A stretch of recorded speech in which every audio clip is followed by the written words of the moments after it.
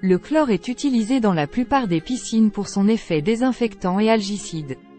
Pourtant, certains baigneurs souffrent d'irritation et de problèmes respiratoires.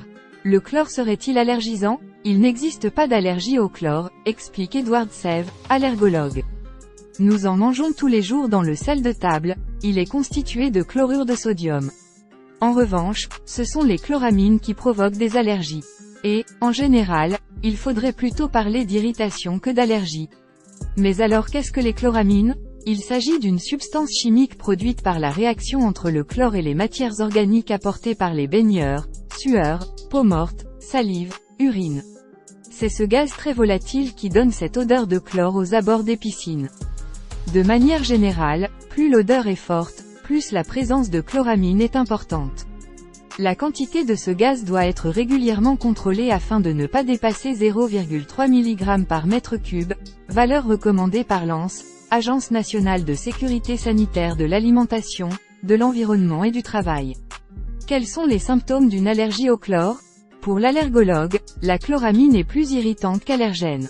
Elle peut entraîner des irritations au niveau des muqueuses, gorge et yeux qui piquent, éternuements, toux. Plus rarement, elle risque de provoquer des difficultés respiratoires. Dans certains cas, ces irritations peuvent même déclencher de l'asthme. Les nageurs qui souffrent d'une irritation permanente seront plus sensibles aux autres allergies, pollen, acariens. La chloramine est un facteur de risque d'allergie plutôt qu'un allergène, précise Edward Sève. Les enfants exposés très jeunes à la chloramine sont plus susceptibles de développer des allergies et des pathologies comme l'asthme. Y a-t-il un risque d'allergie plus important lorsqu'on boit la tasse? Pour l'allergologue, boire un peu d'eau chlorée par accident n'augmente pas le risque allergique. Le chlore, quant à lui, peut assécher la peau, mais un bon rinçage permet de limiter les risques. Quels sont les traitements contre l'allergie au chlore? À la sortie de la piscine, lavez-vous bien avec du savon et rincez notamment les muqueuses, nez, bouche, pour éviter que les produits ne restent trop longtemps en contact avec votre corps. L'allergologue recommande de prendre des antihistaminiques ou des sprays nasaux à base de corticoïdes dans le cas d'une rhinite. Si vous souffrez d'asthme, votre traitement habituel sera efficace, Ventoline par exemple. Si vous avez la peau sensible, mettez de la crème hydratante avant d'aller vous baigner et rincez-vous bien après pour éviter que le chlore n'assèche trop votre peau. Il existe également des crèmes barrières disponibles en pharmacie et à appliquer avant la baignade. Il est possible de se baigner même lorsqu'on souffre d'irritation. Préférez des piscines privées où la quantité de chlore, et donc de chloramine, est moindre, ajoute Edward Sève.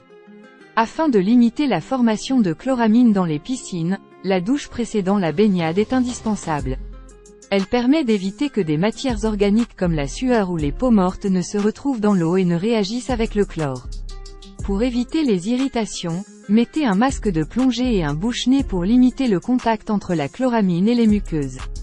Rincez-vous bien le nez, la bouche après la baignade pour enlever les produits. Il existe aujourd'hui des piscines sans chlore qui utilisent des produits comme du brome, du PHMB, polyhexaméthylène biguanide, du sel ou encore des plantes filtrantes. N'hésitez pas à vous renseigner auprès des piscines municipales. Y a-t-il un risque plus important pour les femmes enceintes et les enfants? Il n'y a pas de risque majoré d'allergie chez les femmes enceintes ou les enfants, mais il est vrai que les enfants ont souvent des peaux plus sensibles, rappelle Edward Sève. Qui consulter en cas d'allergie au chlore? En cas de doute, vous pouvez consulter votre médecin traitant qui vous orientera vers un spécialiste, allergologue ou dermatologue.